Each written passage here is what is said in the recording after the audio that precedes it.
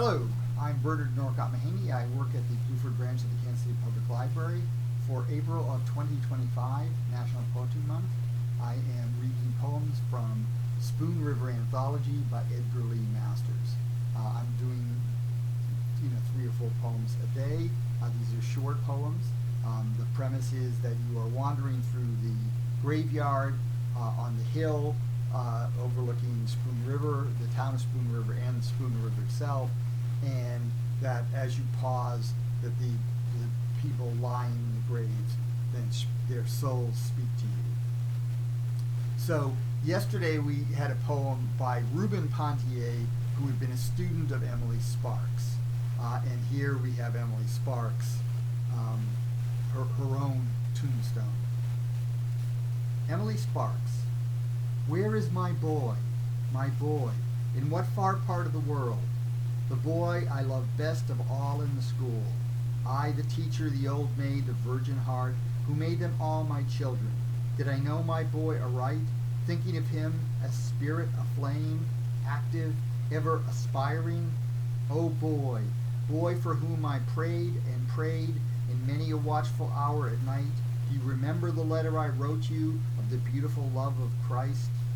And whether you ever took it or not, my boy, wherever you are, work for your soul's sake, that all the clay of you, all the dross of you, may yield to the fire of you, till the fire is nothing but light, nothing but light.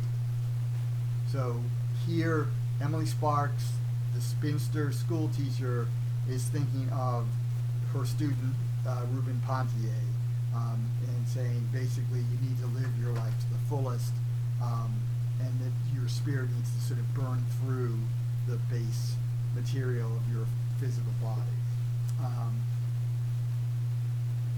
The next poem is Trainor the Druggist. So Trainor is the druggist in the town, and he basically is commenting on the Pontiers.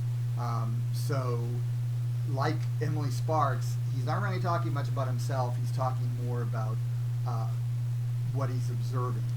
He does say that as a chemist, right, as a pharmacist, he is well equipped to sort of make observations, but it's not really so much about him as about the Pontiers. Trainor the Druggist. Only the chemist can tell, and not always the chemist, what will result from compounding fluids or solids.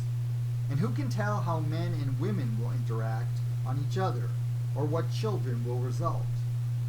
There were Benjamin Pontier and his wife, good in themselves, but evil toward each other. He oxygen, she hydrogen, their son a devastating fire. I, Trainor the Druggist, a mixer of chemicals, killed while making an experiment, lived unwedded.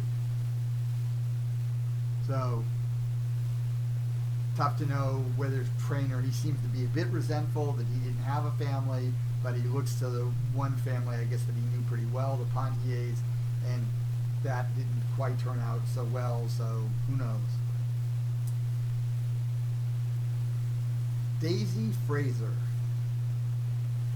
Did you ever hear of Editor Whedon giving to the public treasury any of the money he received for supporting candidates for office, or for writing up the canning factory to get people to invest, or for suppressing the facts about the bank when it was rotten and ready to break?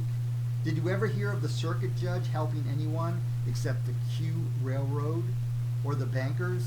Or did Reverend Pete or Reverend Silby give any part of their salary earned by keeping still or speaking out as the leaders wished them to do to the building of the waterworks? But I, Daisy Fraser, who always passed along the streets through rows of nods and smiles and coughs and words such as, "There she goes," never was taken before Justice Arnett without contributing $10 and cost to the school fund of Spoon River. So here we've got sort of one of the reforming women, Daisy Fraser, contrasting her life with the better people of the town, many of whom were on the take. And here we have Benjamin Fraser. Their spirits beat upon mine, like the wings of 1,000 butterflies. I closed my eyes and felt their spirits vibrating. I closed my eyes, yet I knew when their lashes fringed their cheeks from downcast eyes, and when they turned their heads, and when their garments clung to them, or fell from them in exquisite draperies, their spirits watched my ecstasy with wide looks of starry unconcern. Their spirits looked upon my torture. They drank it as it were the water of life. With reddened cheeks, brightened eyes, the rising flame of my soul made their spirits gilt, like the wings of a butterfly drifting suddenly into sunlight, and they cried to me for life, life, life. But in taking life for myself, in seizing and crushing their souls, as a child crushes grapes and drinks from its palms the purple juice, I came to this wingless void where neither red, nor gold, nor wine, nor the rhythm of life is known. So that was Benjamin Fraser, who must have some relation to Daisy Fraser, but I'm not sure what relationship that is.